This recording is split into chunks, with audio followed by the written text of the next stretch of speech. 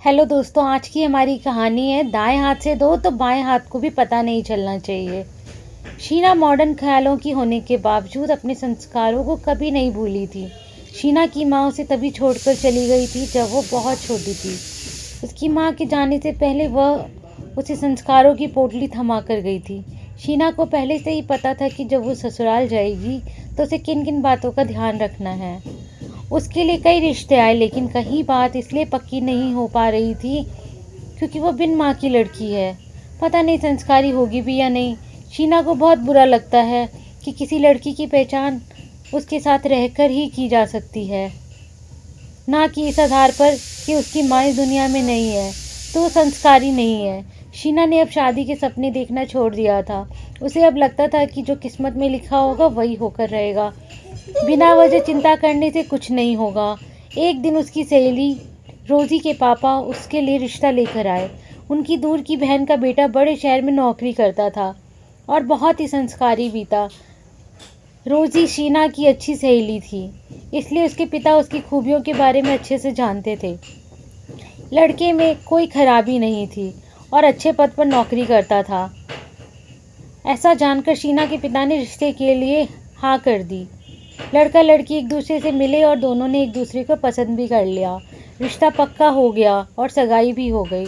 सगाई वाले दिन रोजी के पिता ने शारदा जी शीना की होने वाली सास को बुलाया और बोले, देखो दीदी, मुझे नहीं पता कि शीना के पिता दान दहेज में क्या देंगे, कितना देंगे, बारातियों के लिए कैसा इंतज़ाम करेंगे। मुझे कुछ नहीं पता, लेकिन मैं एक चीज़ की तसल्ली आज तुम्हें ज़रूर देता हूँ कि शीना संस्कारों के मामले में तुम्हें माला माल कर देगी। शीना की माँ को गुजरे हुए काफ़ी टाइम हो गया है, लेकिन मैं उसे बचपन से जानता हूँ।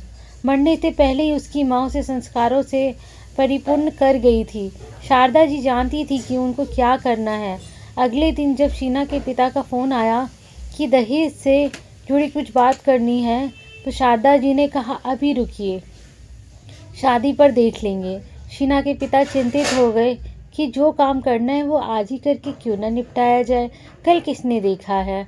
अगले दिन शीना के पिता ने शारदा जी को फिर से फ़ोन करके अपने आने की सूचना दी और उनके घर पहुंच गए और बोले, बहन जी, मैं अपनी हैसियत के अनुसार अपनी बेटी को जो भी दे सकता हूँ वो ज़रूर दूंगा, पर जो काम समय रहते हो जाए वो अच्छा है। आप मुझे बता दीजिए आपको किस किस सामान की आवश्यकता है, मैं उसका इंतज़ाम समय से पूर्व कर देता हूँ। शीना की सास बोली, भाई साहब, हमें कुछ भी नहीं चाहिए, बस आप अपनी बेटी को 2 जोड़ी कपड़ों में भेज दीजिए, वो अब हमारे घर की अमानत है। शीना के पिता के बहुत कहने पर भी उन्होंने दहेज लेने से मना कर दिया। धूमधाम से शादी हो गई और शीना अपने ससुराल आ गई। शीना काम काज में बहुत अच्छी थी और साथ ही साथ ऑफिस भी अच्छे से संभाल रही थी। कुछ दिनों बाद शीना की ननद की शादी हुई, जो उम्र में उससे छोटी थी और उसके दिल के बहुत करीब थी।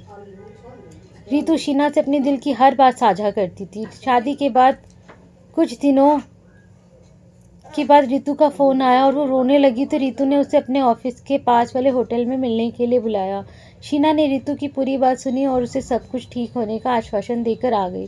धीरे धीरे रवि, जो कि शीना का पति है, उसने देखा कि पहले शीना अपने छोटे मोटे खर्च के लिए ऑफिस की तनख्वाह से ही खर्चा करती थी, लेकिन अब वो उन चीज़ों के लिए रवि पर निर्भर होती जा रही है। रवि के पूछने पर उसने कुछ सही से जवाब नहीं दिया। कुछ दिनों बाद रवि को बैंक में काम था और बैंक मैनेजर उसका दोस्त था, तो रवि ने उससे इस बात का जिक्र किया। रवि के दोस्त ने बताया कि हर महीने शीना की तनख्वाह का बड़ा हिस्सा किसी अकाउंट में ट्रांसफ़र होता है। रवि को अकाउंट नंबर नहीं जानता था। घर आने के बाद उसने शीना से इस बारे में बात की तो शीना टाल मटोल करने लगी कि जब रवि ने ज़िद की तो शीना ने बताया कि रितु के पति की नौकरी चली गई थी और वो उन्हीं की तनख्वाह पर निर्भर थे, तो मैंने रितु को यकीन दिलवाया कि मैं उनकी तनख्वाह का हिस्सा उन्हें देती रहूँगी, जिससे अब उसके परिवार में इज्जत बनी रहेगी और किसी को पता भी नहीं चलेगा। शीना की सास कमरे के बाहर से गुजरकर मंदिर जा रही थी और ये सुनकर दंग रह गई। रवि ने कहा कि तुमने कुछ बताया क्यों नहीं?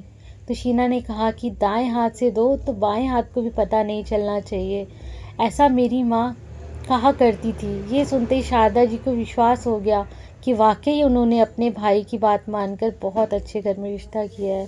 धन्यवाद दोस्तों। अगर कहानी अच्छी लगी हो तो प्लीज़ लाइक सब्सक्राइब करें। धन्यवाद।